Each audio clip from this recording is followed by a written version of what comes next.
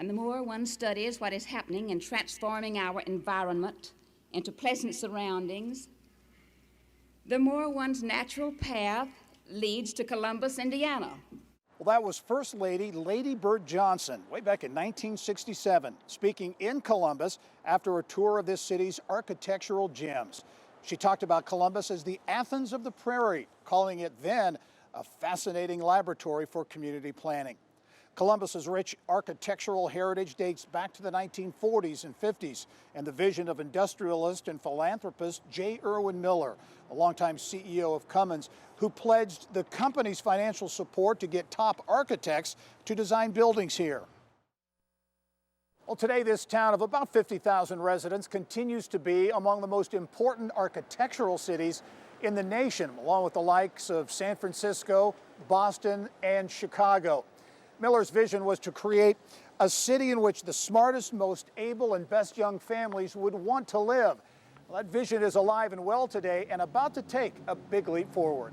The design of the hill actually is a nod to the indigenous mound building traditions of this region. The city's rich architectural heritage and creativity are on full display right now at the fourth installation of Exhibit Columbus, a 3-month celebration featuring 13 art installations at iconic locations throughout the city. When we think about talent attraction, when we think about trying to get young, creative people, we know from the history of Columbus that this is a strategy that works, that investing in parks, investing in schools, investing in libraries, and more than just the bottom line, make them the very best buildings, the very best parks they can be, that's what we want as humans. We want to be in places that inspire us. This year, Columbus is looking to inspire others. The idea was to have this large playing court, positioning itself as a model for creating quality of place. So the project specifically extends the physical geometry of the Millrace Center out into the landscape.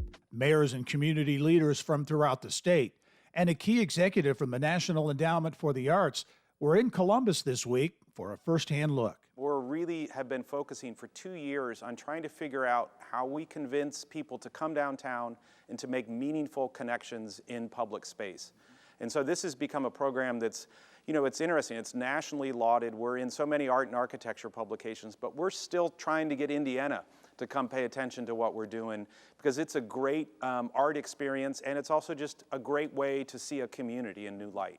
And as the region prepares for the next round of the state's regional economic development grants, downtown Columbus is eyeing a major project. READI is an amazing initiative by the state, and this community is right on it. And so we have been working for the past 6 months to think about a strategy for creating a performing arts center in this community that would give us something to do, many nights a week and would really become a hub of activity. And so I know that there are very serious plans to get that into the READI application that goes out next year, and we feel like we have a good chance to get it. And much more to come on that potential performing arts center here in Columbus in the weeks ahead.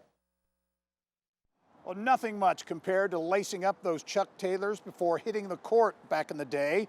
Taylor got his footing right here in Columbus, where he was a star basketball player and the man behind those Converse All-Star shoes, which he developed a century ago, and still remain one of the most popular best-selling sneakers on the planet.